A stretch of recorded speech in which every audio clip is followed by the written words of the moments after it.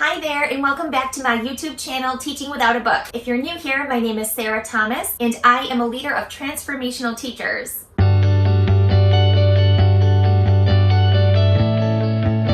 So today I want to tell you about a really fun idea. It's something that I did year after year when I was in the classroom, and that's called a classroom campout.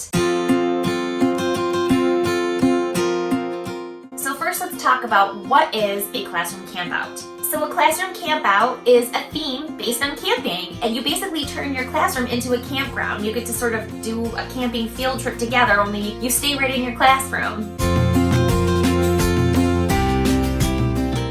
Classroom campouts are great, especially with younger students. They absolutely love it. It's super engaging and a really fun way to end your school year together. We all know that at the end of the school year, our students are just that much more difficult to keep engaged and on track. So having a classroom campout changes things up a bit, and it gives them a whole new thing to experience, and it really just helps to keep their attention.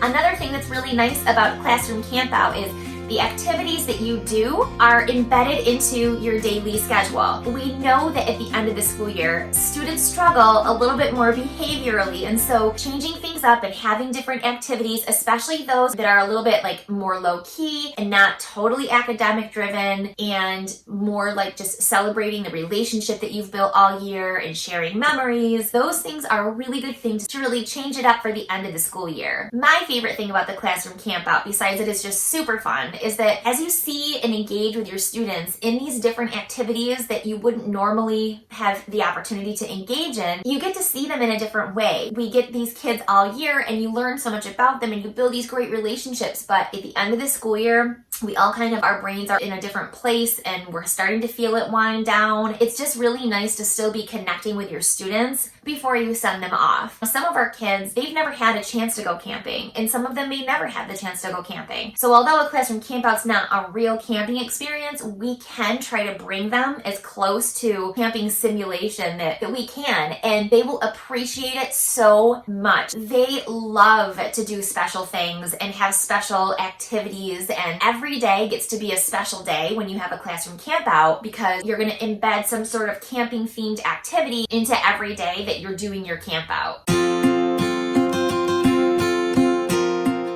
I'm going to give you some tips and tricks that will help you do it successfully. And here's how I did it. First, I always start by planning. So you're going to want to start with planning out when you want to start your classroom campout and how long you want it to go for. I usually started mine 2 weeks before our last day of school. So for the last 2 weeks of school, we were in our little classroom campout. Okay, so after you plan how long you want your campout to run, the next thing you want to do is find some different camping activities that you can do in your classroom. And a great place to go is Pinterest. But you could even ask some friends who are campers. Maybe you go camping and there are things that you do when you go out to a campground that you could bring back to your classroom and make a simulation of that experience. So here are some examples of activities that I used to do whenever we would run our classroom campout. One of our favorite things was a community campfire. We basically changed our community circle time into community campfire time. We're still doing our restorative practices and doing our circle time and having our questions that we would answer and talk about, but it was around a campfire. I would put a fire on our smartboard. If you go to YouTube, you can just put in campfire, and it will bring up campfires that are just hours of a campfire going, and it will have crackling and all that neat sort of thing in the background,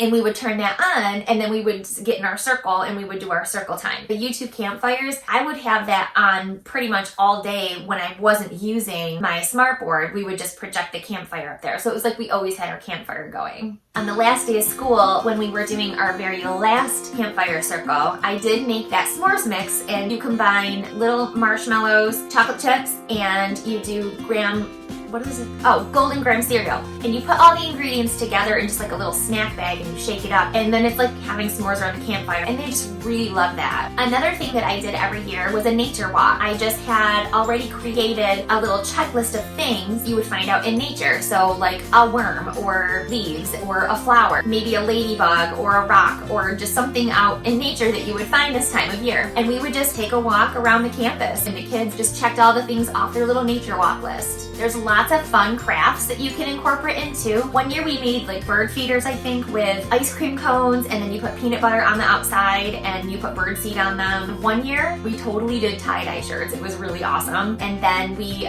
wore the tie-dye shirts on our last day of school and took a class picture, and that was really, really awesome. You know, there's lots of different camping crafts or crafts that you would do if you went to a summer camp that you can absolutely bring into your classroom and do some crafts. We know that how important it is for kids to still be creating and using their motor skills. And so even though it's not as academically based, crafting is still a really important part of a child's development. There are lots of ways to be creative about just turning any normal activity that you might do on a regular basis and just giving it a camping theme. So for example, on Fridays, one of the things that I always did in my classroom were steam stations, and I just created them so that they would have a camping flavor to them. And another thing to keep in mind is sometimes you're not even changing the content, but you're changing maybe the picture or a background to look like a camping themed thing. For example, our normal morning message, I would usually reflect up on the smartboard, and it gave all the kids the steps that they needed in order to have a successful morning and to get ready for their day. Content was all the same, but I just changed my clip art out so that it looked like, you know, there was camping things like camping kids and tents and different things like that. Okay, so after you have your camping weeks picked out and you have an idea of some of the activities that you want to do, you're going to want to go ahead and plan and decide how many of those activities you think you'll actually have time for. You're still doing all of your academics like you normally would. You're just carving out extra time to do these unique and fun activities alongside. One thing that I found helpful when scheduling out some of the camping activities was to look for a place in our schedule where we didn't really need as much time anymore. And so we had a specific point in our day for the most part that became the camping time, that every day we could sort of count on this little window of time that's where we would get our camping activities done. You can just schedule in whenever you can find time for it. It does not have to be the same time every day. Once you've chosen your activities, you want to decide what are the supplies you're going to need and what are the different things and materials that you'll need to be able to complete these activities or do these crafts. Maybe choose activities even based on things that you know you already have. One year when I did my camping theme, I had a lot of different things that I really wanted to do. I knew I would need some help. I generated a letter home just explaining to the families what the idea was, what we were going to be doing, and I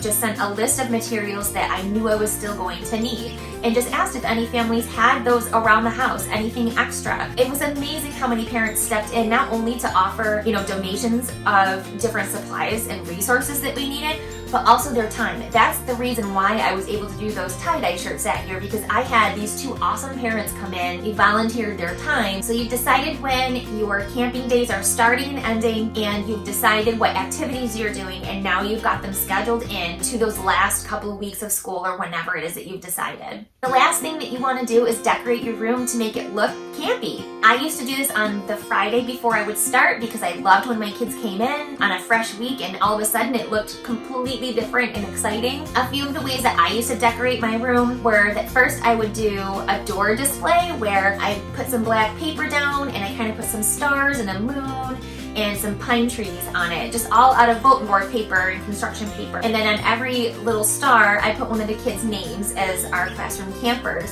And on the door it said, "Welcome to camp." I also made, because we had a bathroom right inside of our classroom, so I made a little sign with like the moon on it. So, and I wrote outhouse on it, so I kind of changed our bathroom into an outhouse. I also put moose crossing signs and watch for bear signs. And then in our reading corner, I changed out all of our seasonal books to camping theme books or nature books.